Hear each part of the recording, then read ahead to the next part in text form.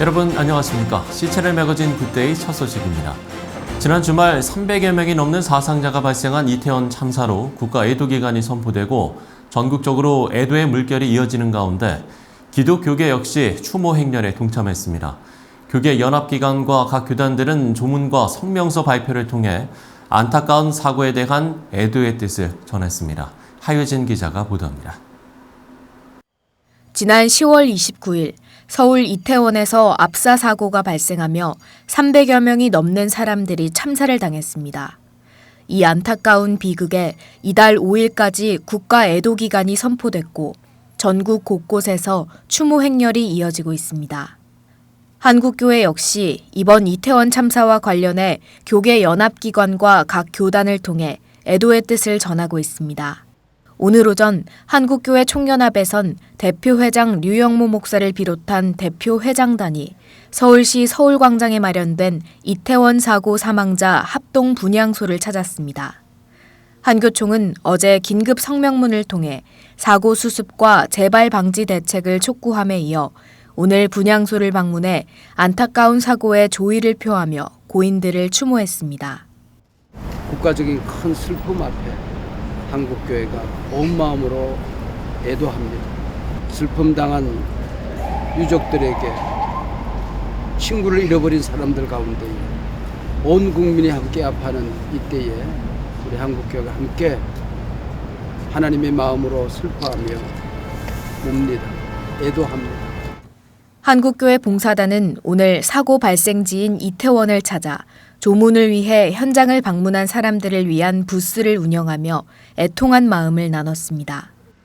우리 한국교회 봉사단과 용산교구협의회가 하나가 되어서 이것을 찾는 많은 분들을 위해서 작은 도움이라도 드리고 싶어서 이 한 주간 동안에 생기로 그의 약속을 했습니다. 각 교단들 역시 성명서 발표를 통해 애도의 뜻을 전했습니다.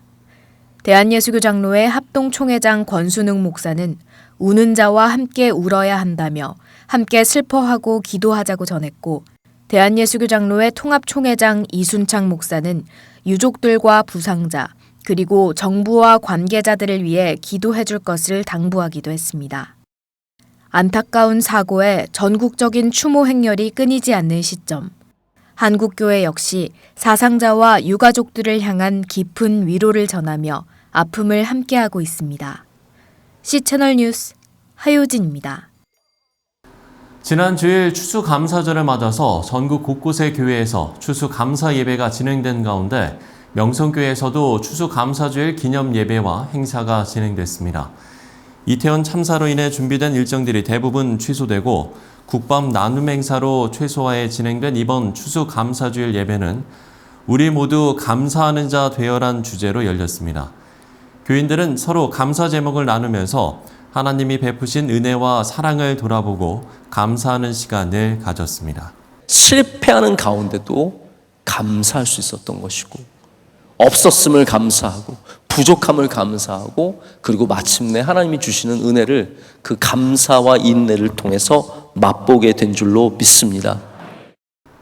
지난달 27일 서울 장신대학교에서 제505주년 종교개혁 기념예배와 명예철학박사 학위 수여식이 열렸습니다.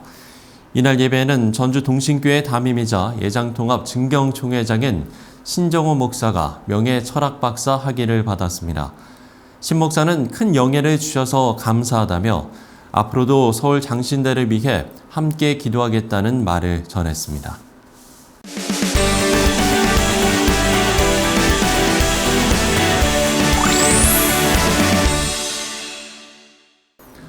지난주 고등법원이 명성교회 대표자 지위 확인 소송에서 1심 원고 청구를 기각했습니다. 이 판결의 의미는 무엇인지 한국교회법연구소 소장 소재열 목사 모시고 관련 이야기 나눠보겠습니다. 목사님 안녕하십니까? 예, 안녕하십니까? 네. 자, 먼저 소송에 대한 개요를 설명을 해주시면 좋을 것 같은데요. 예, 명성교회 교인총회격인 공동회에서 담임 목사를 청빙했습니다. 예. 1심 지방법원은 담임 목사 청빙은 교단 헌법에 의해서 담임 목사를 청빙해야 되는데 교단 헌법에 반함으로 담임 목사 청빙은 효력이 없다, 무효다. 따라서 현재 담임 목사는 대표자지에 있지 않다라고 판결을 했습니다. 예. 자, 여기에 명성교회가 항소해서 서울고등법원에서 명성교회 담임목사 청빙은 적법하다. 그래서 1심 재판 판결을 취소하고 원고의 소를 기각시키는 사건입니다.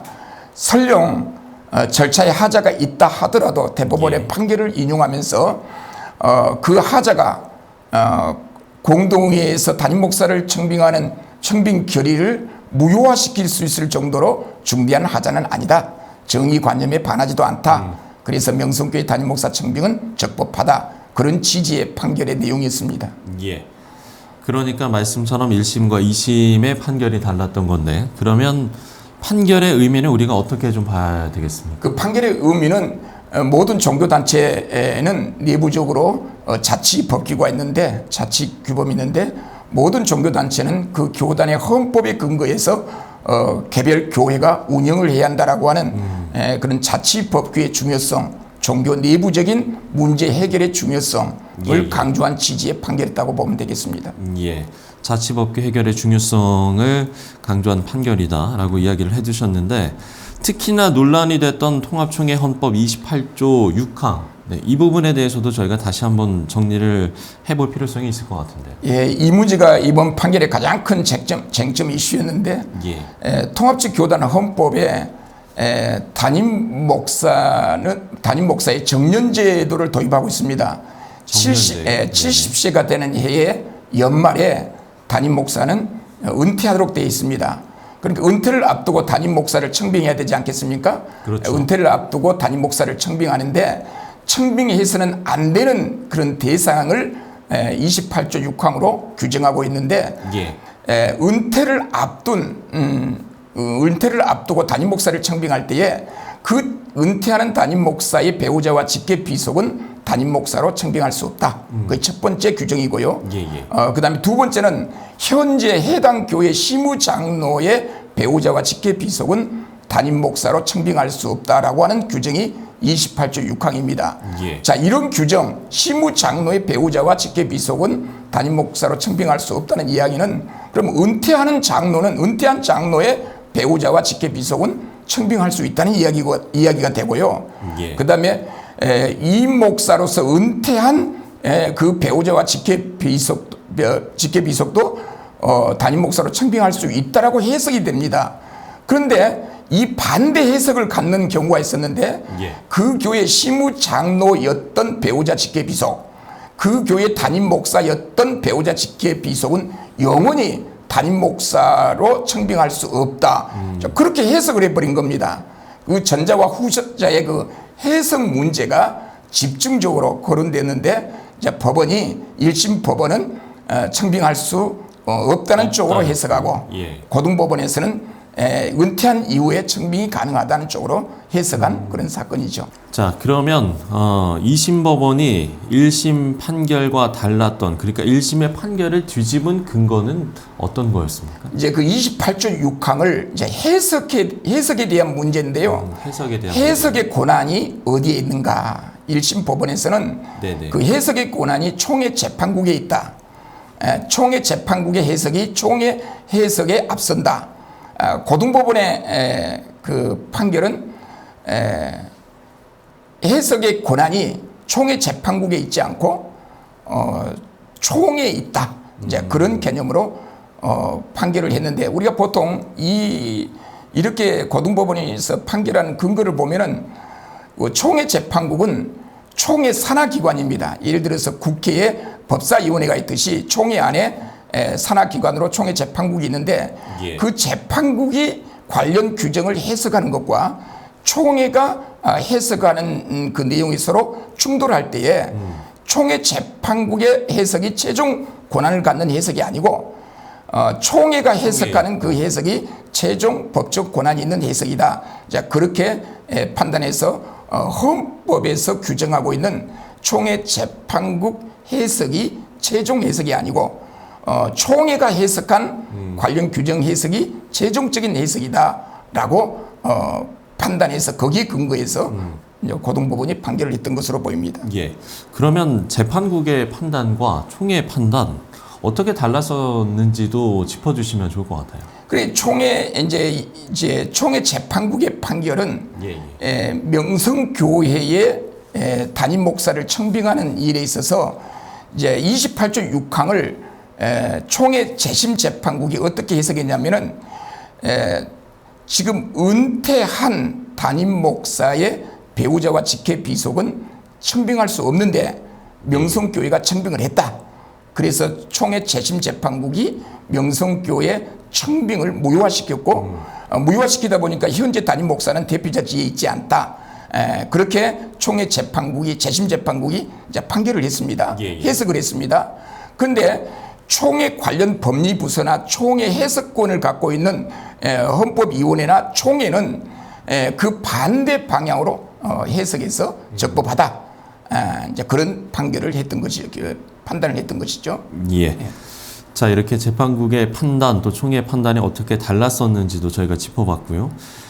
재판부 판결의 무게 또 의미도 저희가 한번 이야기를 해봐야 될 텐데, 사실 이 명성교회 이슈는 뭐 한국 교회 안에서만이 아니라 이게 사회적으로도 큰 이슈였기 때문에 이번 재판부의 판결에 대한 무게가 어느 때보다 좀 클 것 같습니다. 이번 소송 과정에서 이제 세습이라고 하는 프레임을 걸었죠. 28조 6항을 이제 세습이라고 하는 그 용어를 그 규정의 의미를 부여해서 이제 세습 논쟁이 이어졌었는데, 이제 이번 재판부가 세습에 대한 양쪽 주장을 다 듣고 나서 그 관련 자료를 이제 검토하면서 재판부가 볼 때에 세습의 문제에 대한 쟁점 이슈들을 보니 이건 신학적이고 교리적이고 교리적인 문제였다는 거죠. 그러니까 이 재판부가 대법원의 판례가 이런 판례가 있습니다. 종교 단체 내부의 교리적인 문제나 교리에 대한 해석의 문제는 종교 내부 자치 안에서 얘기를 하라. 법원이 종교단체 교리 문제, 교리 해석 문제를 재판부가 판단할 수는 없다. 그래서 고등법원에서 사법심사 배제 원칙, 이런 세습에 대한 교리 문제는 우리 재판부가 판단할 사항이 아니다. 그건 종교 내부적으로 판단하라. 이제 그렇게 이제 판결을 했었는데, 세습이라고 하는 그 문제를 가지고 들어와서 이 명성교회 사건을 사회 이슈화 시켰는데 오히려 그게 자충수가 되었던 거죠. 세습이라는 문제는 종교 내부제에서 교리적인 문제로 판단할 사항이지 재판부가 판단할 사항이 아니라는 그 의견을 이번 고등법원 재판부가 언급했던 거죠. 예. 이번 재판의 과정을 통해서 참 많은 아픔도 있었습니다. 한국교회와 성도들에게 주는 여러 가지 메시지도 있을 것 같은데요. 개별 교회가 교회를 운영할 때 교단 헌법에 의해서 운영을 하게 됩니다. 그런데 그 헌법의 관련 규정들이 정확하게 객관적으로 해석을 필요로 하지 않더라도 그 규정에 의해서 교회를 운영할 수 있어야 합니다. 그런데 교단 헌법을 모호하게 이제 규정하고 만들어 놓다 보니 100명한테 물어보면 100가지 해석이 나와버린 거예요. 그러니까 교단 헌법을 잘못 모호하게 규정하다 보니 전국 교회가 그 규정을 적용할 때 혼란이 와버린 겁니다. 그래서 이번 소송 과정 속에서 보여준 것은 헌법대로 교단 헌법대로 운영해야 되는데 그 헌법에 대한 정확한 객관적인 문헌적인 열거된 규정을 그대로 적용할 때 해석을 필요하지 않더라도 이제 운영하고 적용해야 되는데 이제 모호하게 만들어졌다. 그래서 현대 교회 이번 사건을 통해서 보여준 것은 그 교회가 운영을 할 때 어떤 교단 헌법이나 교회 내부적인 어떤 자치 법규 규범들이 정확하게 정비되지 않고는 이런 혼란의 문제는 앞으로 얼마든지 있을 수 있다는 거. 그래서 교회가 스스로 이런 각종 규범들, 자치 법규들, 교단 총회일 것 같으면 총회는 그 헌법을 정확하게 제대로 교회가 혼란 없이 적용할 수 있도록 바르게 적법한 절차에 의해서 각종 규정들을 헌법들을 규정하고 정비해야 된다고 봅니다. 예. 자, 그럼 앞으로 3심 재판도 열리게 됩니까? 어떻습니까? 예, 이제 원고 측이 패소하다 보니 이제 대법원에 상고를 하겠죠. 대법원에서는 사실 심리를 하지 않고 법리심만 합니다. 그래서 이번 고등법원에서의 판결이 법리적으로 하자가 없다고 한다면 고등법원에서는 그대로 원심인 고등법원을 그대로 인용할 것입니다. 근데 이 대법원에 상고된다 하더라도 고등법원에서 이번에 그 판결문을 26페이지에 달하는 논문 형식으로 판결문을 작성했습니다.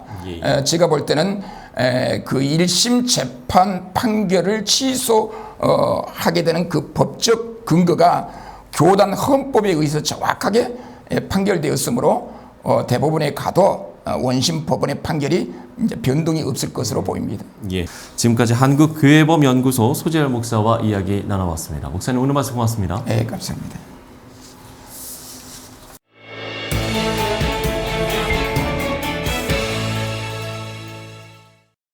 네, 온 국민이 마음 아파하는 이런 일들이 생길 때마다 어른들의 역할에 대해서 다시 생각해보게 됩니다. 청년들이 물리적으로는 물론이고 심적으로 안전하게 거하고 찾아가고 싶은 곳, 네, 한국교회가 그 대안이 될 수 있도록 기성세대들의 고민이 더 깊어져야겠습니다. 시천의 매거진 굿데이 오늘 순서는 여기까지입니다. 시청해주신 여러분 고맙습니다.